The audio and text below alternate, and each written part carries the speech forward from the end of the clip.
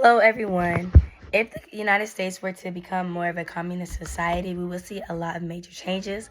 For example, the voting system would change drastically. Right now, it's multi-party, and the two main parties are the Democrats and the Republicans. But communism would most likely shift this to one controlled communist party, and local elections would be completely different. And then also, all major private businesses and services will become state owned. For example, Apple, Amazon, like all the major private businesses would become state owned and state controlled. And switching to a communist party, it might improve healthcare, housing, and education, but I think there would be less incentives for work, so it would be a decrease in innovation and quality, which is something that the United States is known for. The country would also become more aligned with other communist countries like China or Vietnam.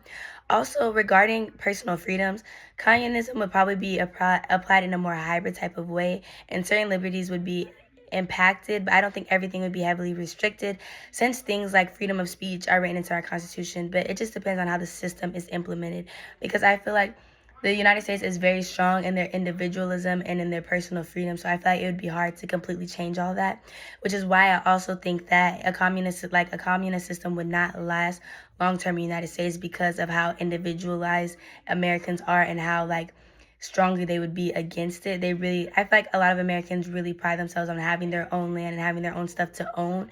So having it all controlled by the government, all controlled by the state, I feel like it would be hard to implement this system in the United States long term.